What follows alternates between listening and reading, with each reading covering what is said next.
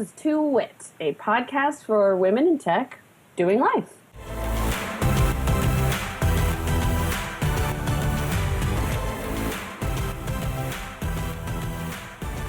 I'm Kristi Guzman.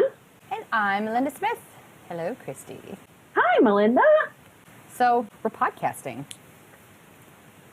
It's happening. I'm so excited. It's happening. I feel like I've gotten into a phase of life that I love listening to podcasts. It's my favorite thing to do during my commute. And I also feel like we both like talking. Yes. So this seems like a natural fit. I found podcasts like a year and a half ago when I took on an hour and a half commute. And quite honestly, I didn't know what they were at first. I was like, is it internet radio? How do you get on? Is it live? What? And then I started listening to them, and like you said, for my commute, it is essential for the horrendous California 405 for an hour and 15 minutes. I also think it's nice to balance out, like, sometimes I learn things, sometimes I listen to silly things, so you get kind of a variety, and at least your commercials are read in a voice usually, instead of like, now tuning in with a commercial. And you can skip them. I usually skip them, but sometimes I listen because I feel like if I like the podcast, then I'm probably going to like their suggestion because they wouldn't have someone they didn't like on there, right?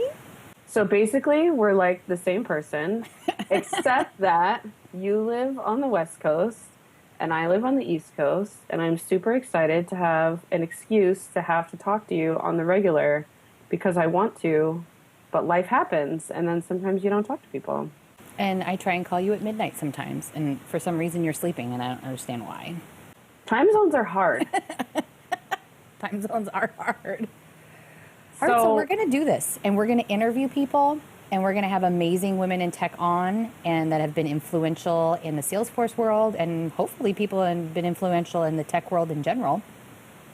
And I think we can also talk about, no, I know we can. We can talk about whatever we want. It's our podcast. I know. We're going to talk about other stuff too, because I think that's part of the great thing about the Salesforce community is that I've met awesome people that I want to hang out with and want to talk about other stuff with.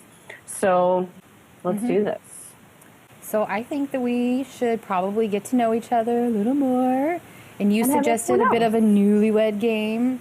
A newly cast? A podlywid? Podly? No. Newly pod? Too punny. I'm being too punny. Newly pod game? All right, so we came up with 3 questions. If you've never seen this game before, this is one of my favorite things to do on a cruise. They get a couple that's only been married a little while, a super long while, and then like a medium while. And they ask these questions. A medium while. Like 20 years. Perfect. Instead of like the longest is like 60, where they paid like a quarter on their first date. It's great. We have 3 questions. What is your favorite color? Now, I came up with an answer already, and so did you. And now I have to guess your answer. And I think your answer is pink. It is not. I think your favorite color is blue. Dang it! You are correct. What is your favorite color? Blue. Oh, yeah. See, I didn't want to guess blue because I didn't want them to be the same. But they are. All right, you're winning so far. Clearly, we were meant to be together. If we were judging by color alone. Because who doesn't like blue? All right, what is your favorite TV show? We decided it did not have to currently be on television.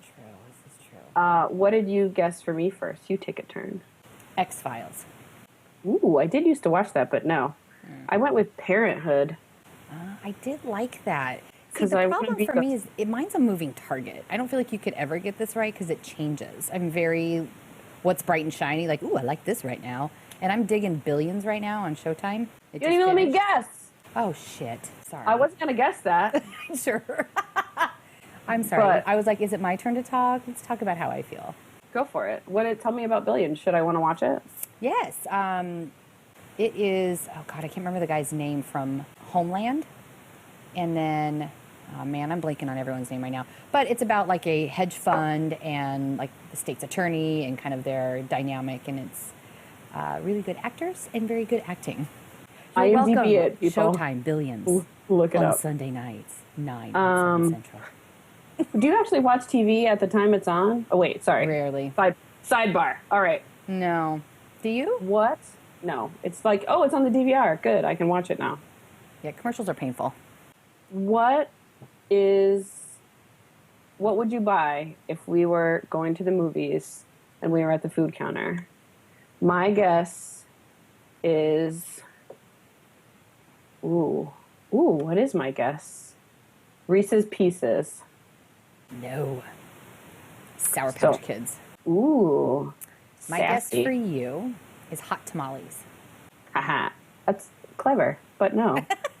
I went with Butterfingers because they're the tiny, bite-sized Butterfingers.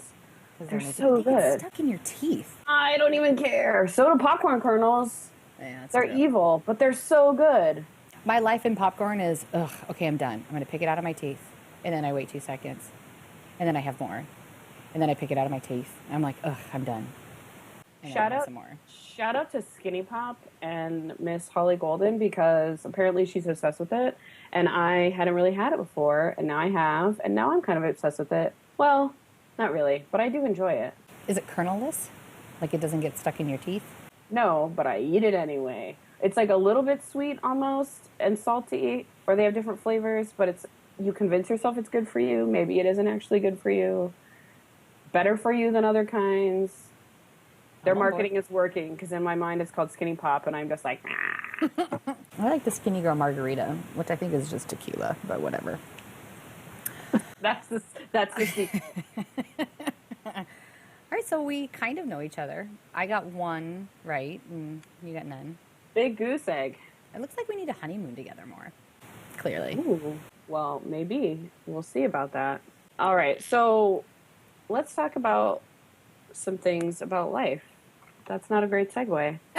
I like a segue. We're going to usually have a guest, and this is a part where we would probably introduce the guest and how amazing they are. But instead, let's talk about some things that are on our brain. Hot topic, if you will. So one thing I was thinking about that I've experienced a lot recently is the idea of exposure to new Salesforce concepts, or really, I guess this could be any kind of concepts.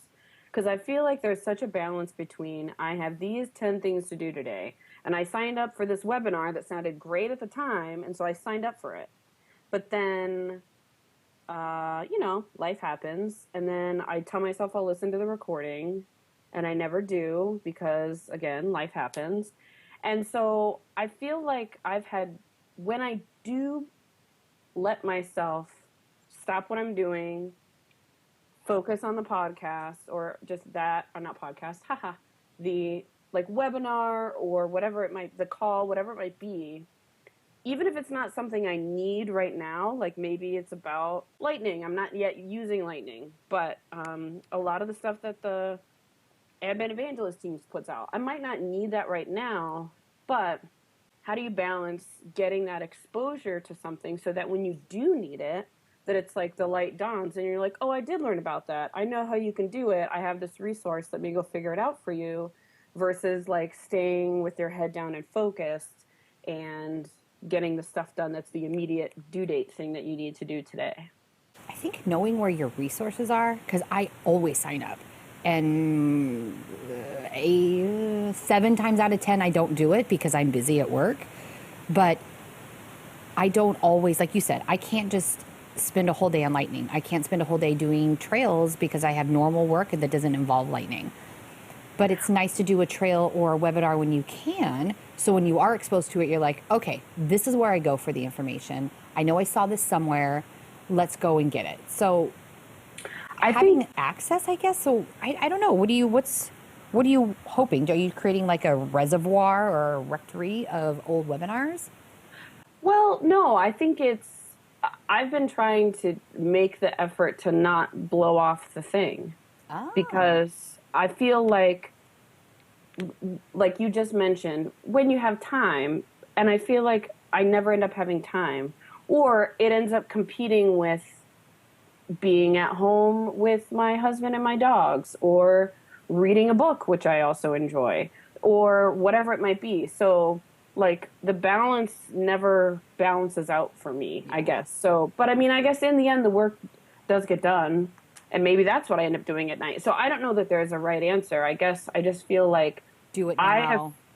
I felt like it's important when I've learned something. I feel like in this new job, I've had, well, not new anymore. I guess it's been about 6 months, but I've had things come up, and it's been, because, you know, when you're first starting, I had meetings with people, but I had more time to kind of poke around and do some stuff. And then I felt like I learned things that then immediately almost came up in a conversation. Like, wouldn't it be nice if we could do blah, blah, blah? And I'm like, yes, we can. I learned how to do that when I attended a webinar last week. So I feel like it's tough to remember that payoff when you're so focused. But I think it's important to try and carve out that time for future learning. I think you're 100% right, because if I set it aside, or I'm going to look later, there is no later, and I don't do it.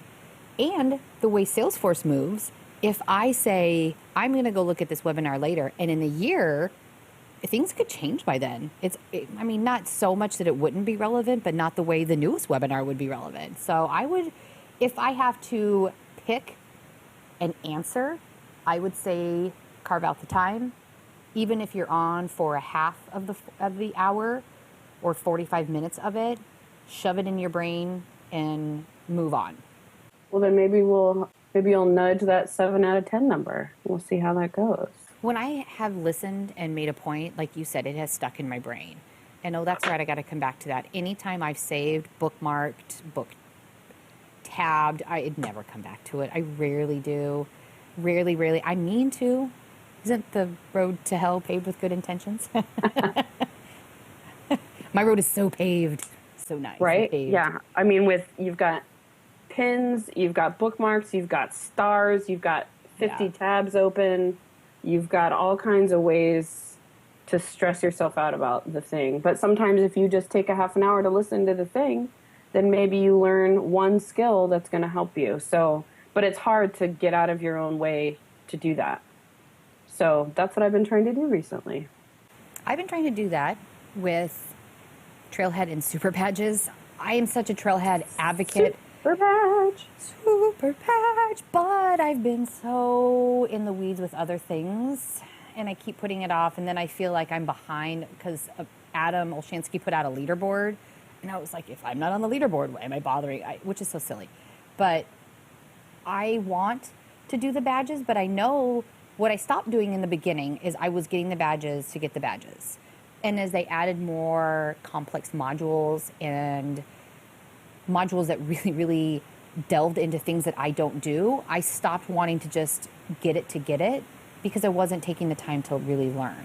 So because of that, my badge attrition has kind of increased. I don't have, compared to where we started, I think I'm in the 30s now. And when we first started, I know that I had a lot, and I got all the new community badges. And I've been meaning, air quotes, who can't see me, meaning to get my super badge here soon, just like meaning to watch that webinar. So I want to just set aside the time, but I'm also trying to do that, take the pressure off yourself. Like, you will get to it when you get to it.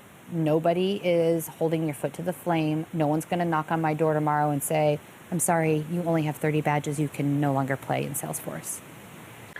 I think being kind to yourself is really essential. I think there's kind of two ways to approach Trailhead. And as they add more and more trails, maybe that kind of varies, but you could go in and go soup to nuts. And I think when they started with like a whole trail, that's kind of what made sense. I think it's also valuable. For example, I got to present to my client services team about Lightning, because as a partner, we're not using it yet, but we have customers that are. So I went to Trailhead, and that's where I got a lot of my resources. So I feel like and refreshed myself on those things. So I think that's the other approach, is as you need something or as you want to learn something new, you can focus on that module. I don't even know that I have 30, but I am doing Salesforce Saturday this weekend in Charlotte, and I'm going to earn a super badge as my goal. Well, I should say my goal is to earn a super badge, because I have super badge stickers and I want to put one on my notebook, but I'm not going to do it until I earn the badge. And a perpetrator. I'm saving my stickers from myself. Is it your group? I started one here in Charlotte. Salesforce Saturday? Yeah, and I think we can certainly talk about user groups at some point. To me, it's really just exactly what we've both kind of ended up talking about, not even on purpose, of the good intentions, but life happens. Right. And so it's basically like come to a coffee shop, or I was doing it at a distillery, but now they don't open till noon. Come sit and chat. And maybe you do like Salesforce crafts. Maybe you earn badges. Maybe you ask questions about something. Arts and crafts. Maybe you forget your computer. Haha, whoops. That was me. But, it was just a great time to be around other people. Somebody recommended a Chrome extension that was awesome, and just things like that. So it's less structured than any of the other user groups. It's really just an accountability thing. And we only do it once a month. So it's not even like a structured thing. It's really like get people together to be Salesforce nerds in public. So that has helped me. I'm taking notes. A month. You can just listen to the podcast. It'll be great. It'll be in the show notes. I'm not sure if I'll subscribe. I'm very busy. But like anyone can do it. And some places do it every Saturday, which like Mom and I don't got time for. If you're in a larger city and you've got a lot of people, not even user group leaders, but just people who rock your socks that could alternate, like maybe that could work. And then you come when you come and you don't when you don't. We're doing the second Saturday of every month. And why not? We'll see how it goes. No skin off my nose. Worst case, I sip on myself and earn a super badge. And get caffeinated. I think I might try that. The area that I represent is LA, basically to the San Diego group. And it's a lot. And anybody that's lived in California, shout out to anyone that lives there. Hey. It is intense driving. It is any miles quadrupled or tripled for time. So a lot of our meetups are split between LA and Orange County, and I split them up, and then each month. I just recently got a co-lead. We're going to try this month to do a dual meeting. And I had a Saturday once, I called it Mind and Body. So we talked about Salesforce, then we went on a little urban hike. I just am not sure. Like the Trailhead DX party, I had 2 of my women show up, and that's just because I work with them. I don't know if it's just my people don't want to do daytime stuff, but the user groups get a lot of traction, but they do seem to have more men. So I'm not really sure. I'm hoping to grow it more, but we're really limited to an area. I feel like California could have an LA group, a Pasadena group, a Long Beach group, because if you drive a lot for work or you don't want to spend 30 minutes in the car to go 10, 15 miles, you're not going to. I had a whole meeting once by myself. It was at a wine bar, and I feel like it went really well. I mean, you had a limit of how much you could spend, but it still worked out. Yeah, I definitely think we can talk about user groups, both being WIT leaders, but also attending user groups and even like the regional events and how, those kings can help. But I know that there are a lot of people that are bubbling up in the community is because they want to start a user group. So if there's people that would meet on both ends, I say, why not? Yeah. I think I compare it to, like you said, a big city. They need it in every New York borough as opposed to all of New York City.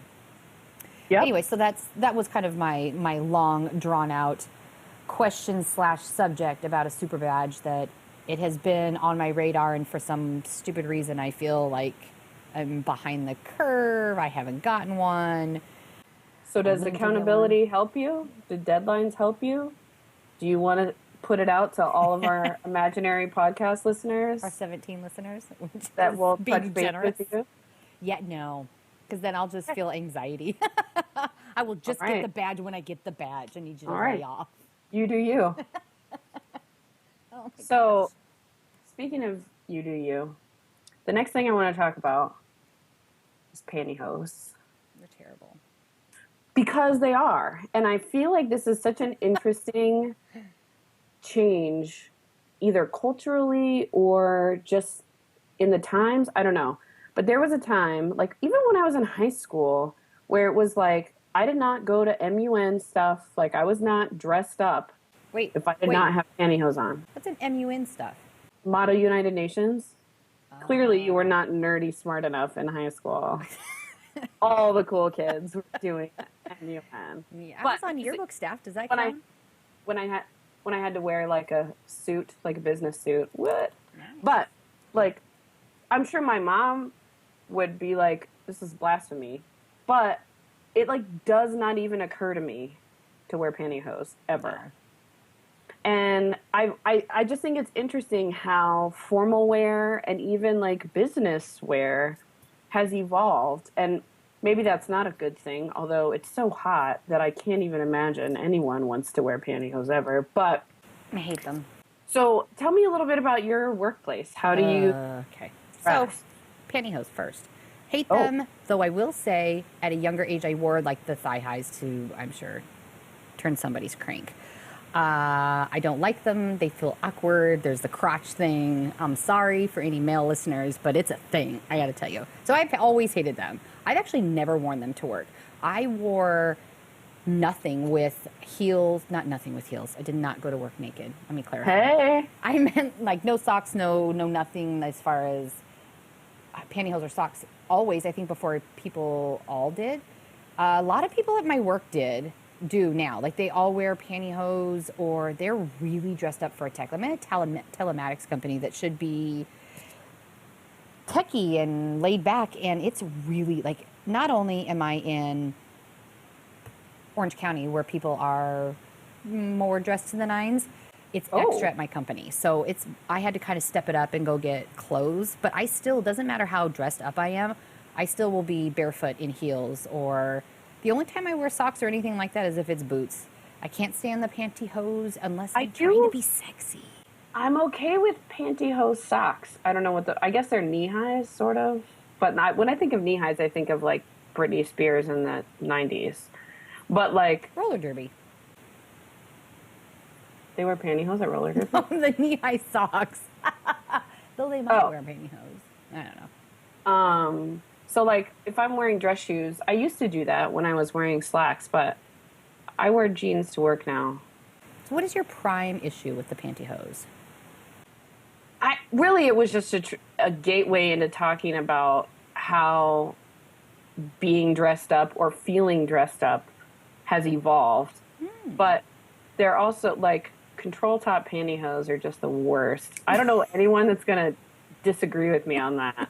No. So maybe I should just like state that and drop the mic. So do you feel that you agree with the statement of,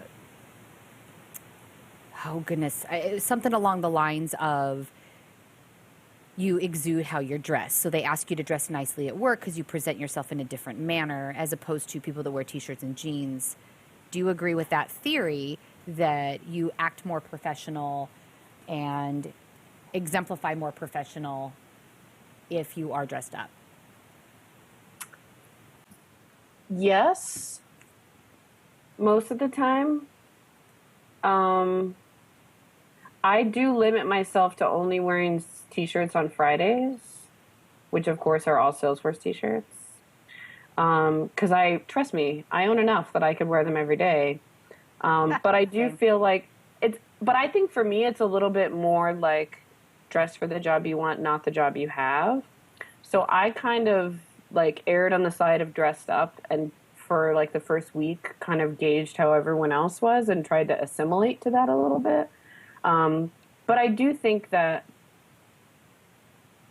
even when you're working from home, it helps if you like still have a routine and maybe put clothes on. Yeah, no, I agree. I love being dress up Barbie. I do like my dress up clothes, but I worked from home solely when I first moved to California, and I liked being in my workout pants too. I don't know. I really do lean towards you do carry yourself differently in your heels and your dress up pants. I don't think that means that you can't do your job as effectively or as well, but I think that exuding that kind of confidence is true. But if you aren't customer facing, I almost feel like, why does it matter? I do not see customers ever. I hardly know half the people I even work with. I work in a little funnel, a little sieve. But there's also underlying psychological effects to these things of like superhero pose, right? And things like that, and how colors and different things can build confidence. So even if you don't consciously recognize it, maybe it still has an impact. Yeah. I sit less wide-legged in a dress, so that's nice.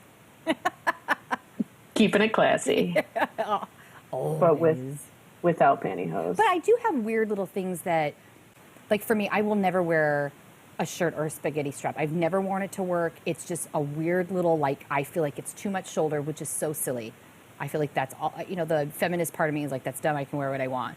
But I don't feel comfortable in spaghetti straps. But I don't feel comfortable in wearing a t-shirt to work. It's a personal thing. But I also feel like, stop telling me to wear slacks. I can do my job just as well in jeans. Did I say slacks? Are you going to make fun of me? No, that's what they're called. Okay. My husband makes fun of me when I tell him I'm going to iron my slacks or I need to do my chores. He's like, are you like 85? I'm going to go put on my brassiere. Be back. So along those lines of don't tell me what to do or wear, I had one of those interesting days where very Sesame Street. I feel like today was brought to you by the letter L. L for letting go of things. Oh my gosh. See if I can try and take this super deep conversation into bite size. I had 3 instances today where I felt very challenged with my job, with trying to find a preschool for my daughter, with my upcoming 20-year reunion, and with this charity I work with. And all 3 of them have been a various amount of feelings and angsty emotions today, and I've decided to take them all down into one little bite size. Today is about letting go whilst having my beer. Okay. I fought on the work side for something that I'm not getting, which is fine. I really fought for my way of going about it, but I'm not in charge. Which is fine. I found a new preschool, which means that I have to not be with my nanny anymore, which is going to cause a little bit of strife, but it's not about her, it's about my kiddo. Okay. And the charity I work with, I missed their graduation today. They go through a 6-week program for the women in transition.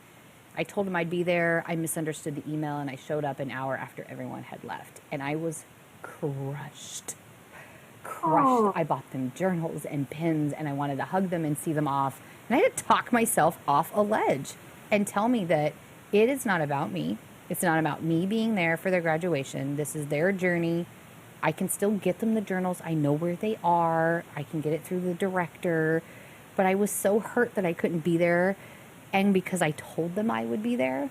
Right. I was like, and I called Amy Opplinger because I was feeling emotional. And I felt like someone I should whine to.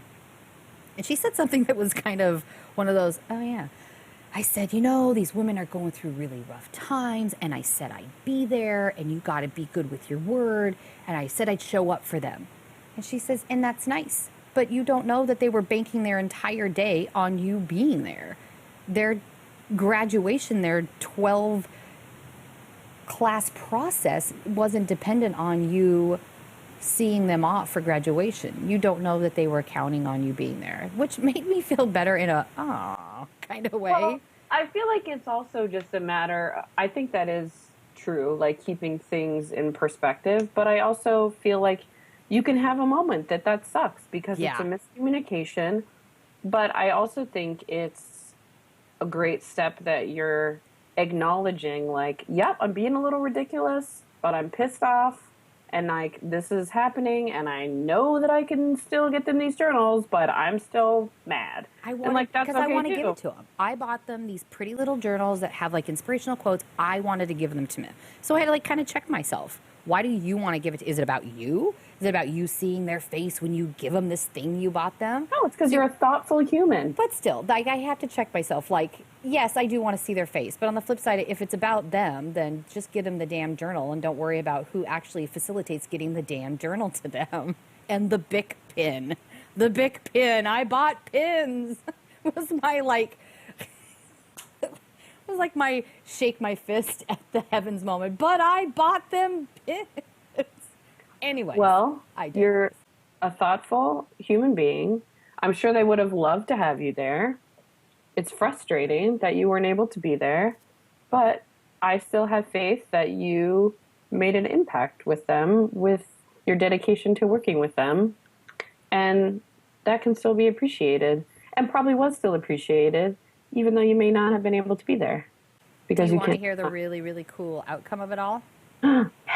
Okay, so I'm hammering the director with texts. I didn't know. I misread your email. I'm heartbroken. You know, all about me. Blah.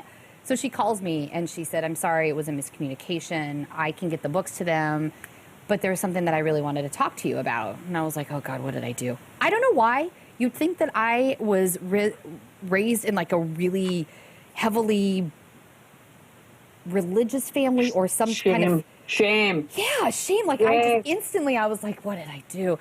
But she said, you have such a passion for the program and the heart of it. And she asked me to be on the board of the charity.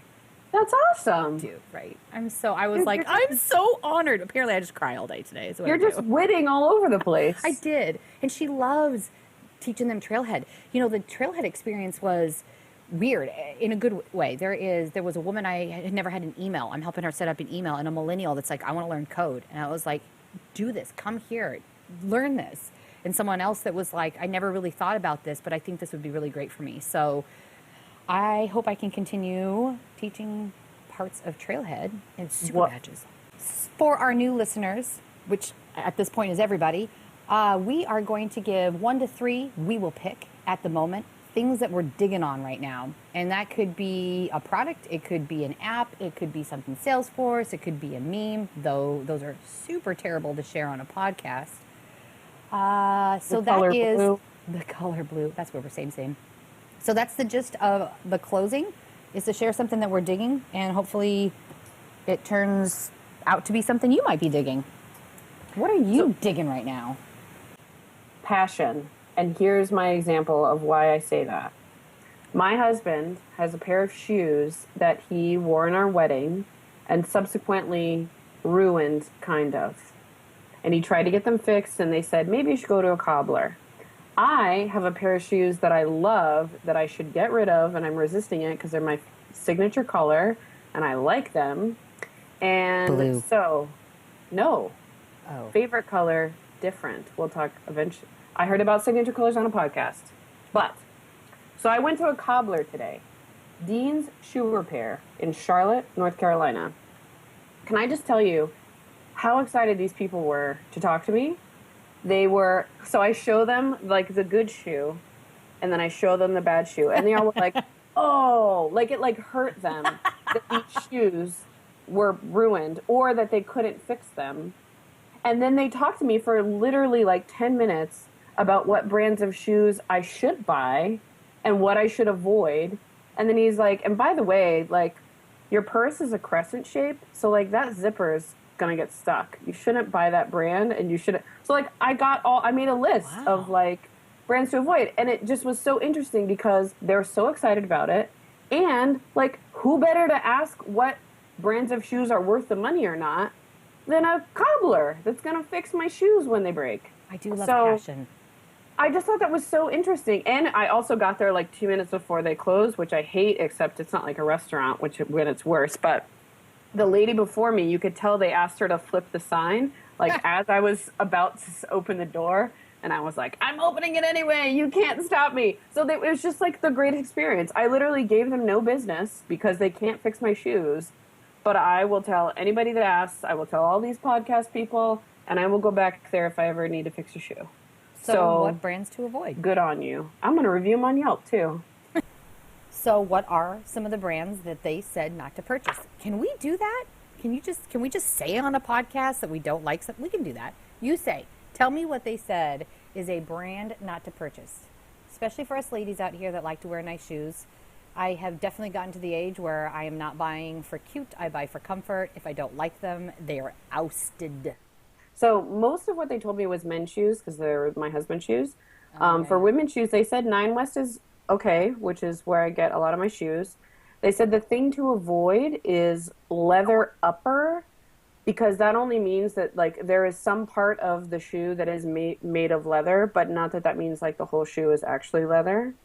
That's like a cop out cheat way. And when it says like on the sole, like made in Italy, maybe just the sole is made in Italy. So like don't just believe that. So Awesome. for men, they recommended Alden, which are US made, not Aldo, which look nice but are awful. Also a place called To Boot, New York. And then Magnani. I don't know. I'm gonna have to find that one out. Neato. If only. They didn't like Johnson and Murphy or Cole Haan or Really? Stacey Adams was apparently the No worst. I don't Cole even know who Haan? that is. I'm gonna look at purses at a place called Will Leather Goods or Will's Leather Goods. Those are my notes that I took. Nice. Because he needs another nice pair of shoes, and we went to the Nordstrom's sale, and he tried on Santoni, and they said those are okay, but then they liked Alden's better. So it was just a great example of, you wouldn't think to ask that person, but there is still someone in this world who gets that excited about shoes, which is awesome. That makes me happy. Is contagious. We watched some Vice episode the other day, and maybe this isn't the best example, where this kid was like maybe 18 and so hyped and geeked about physics and aerospace, and I was like, I want to do that, because he was just so into it. And I turned and looked at my husband and I said, I don't care if you are hyped about wigs or shoe soles or Salesforce. If you are passionate, I'm so in. I want to hear what you're talking about. I want you to podcast about it. I want a blog. I want a Medium article. I want to hang out with you. The passion is super contagious. And I think that's what's really super amazing about the Salesforce community is there's so many of us that are so passionate that it's just like such a love fest whenever we go to a community event. The fact that I'm an adult that has started collecting stuffed animals and saving special stickers for like special sticker occasions and not just like regular notebook stickers.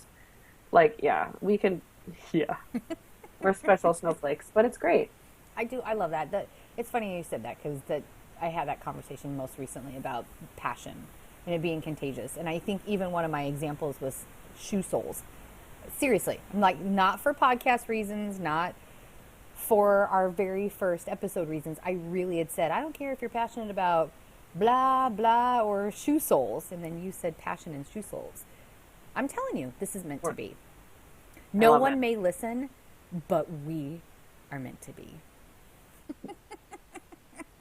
What's your super fave? Oh man, right what am I now? passionate about right now? Perfect. I am so still loving the Tim Ferriss podcast. Like, I can't get over how much it has enriched my life.